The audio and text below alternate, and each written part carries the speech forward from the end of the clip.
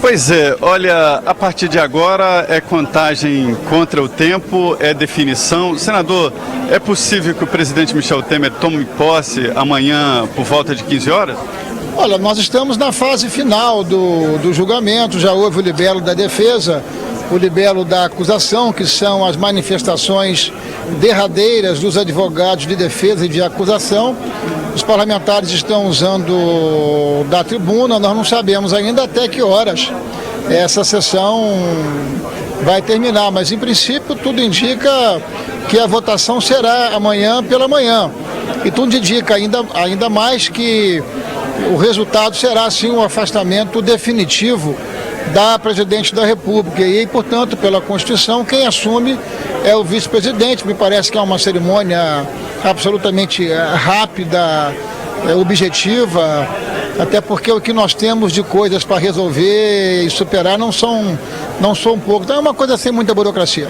Senador Ricardo Ferraz, há uma grande expectativa para o primeiro pronunciamento de Michel Temer. O PSDB já indicou que ele deve puxar muito para o rigor fiscal, né, para medidas que demonstrem credibilidade na economia. É isso mesmo e no momento da posse é que esse discurso deve ser feito? Olha, se nós partirmos do diagnóstico do ministro Meirelles e do ministro Diogo Oliveira, ministros da Fazenda e do Planejamento, nós estamos diante de uma conjuntura fiscal dramática. Nós estamos, na prática, também diante de uma herança muito perversa, ou seja, nos últimos anos, a despesa do setor público tem crescido muito mais que o país. Portanto, esse orçamento não está cabendo no orçamento real do governo.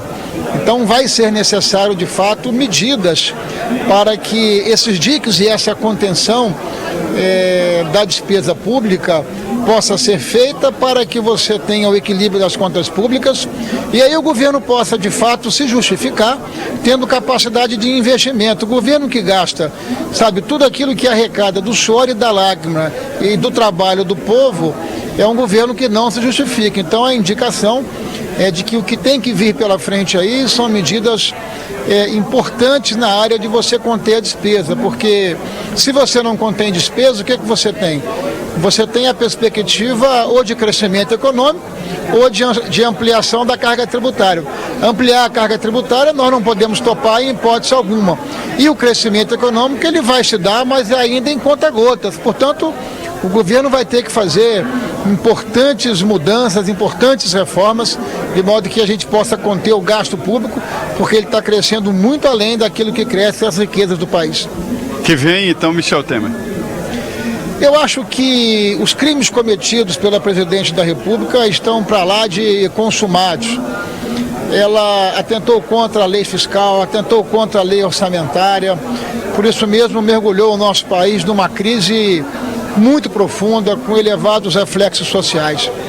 Talvez a face mais perversa desses reflexos sociais seja o desemprego brutal que está presente hoje em mais de 12 milhões de brasileiros e não para de piorar.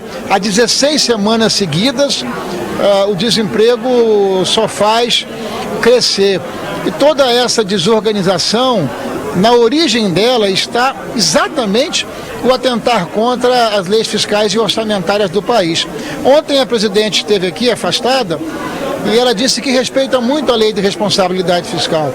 Mas nós precisamos professar pelos nossos atos aquilo que nós professamos pelas nossas palavras.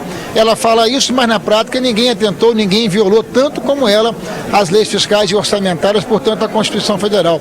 Sem falar nos atentados que fez à probidade administrativa, permitindo que o patrimônio do governo, das estatais, dos fundos fossem dilapidados pela manutenção de um poder a todo e qualquer custo. Então, precisamos virar essa página.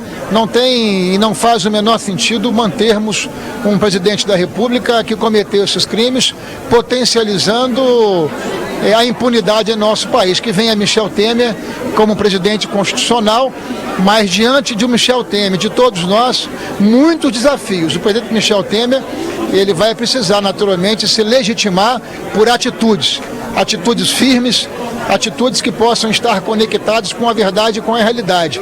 E é isso que nós esperamos. Perfeito. Senador Ricardo Ferraço, do PSDB do Espírito Santo. Senador, obrigado pela atenção que o senhor sempre tem aqui na Jovem Pan.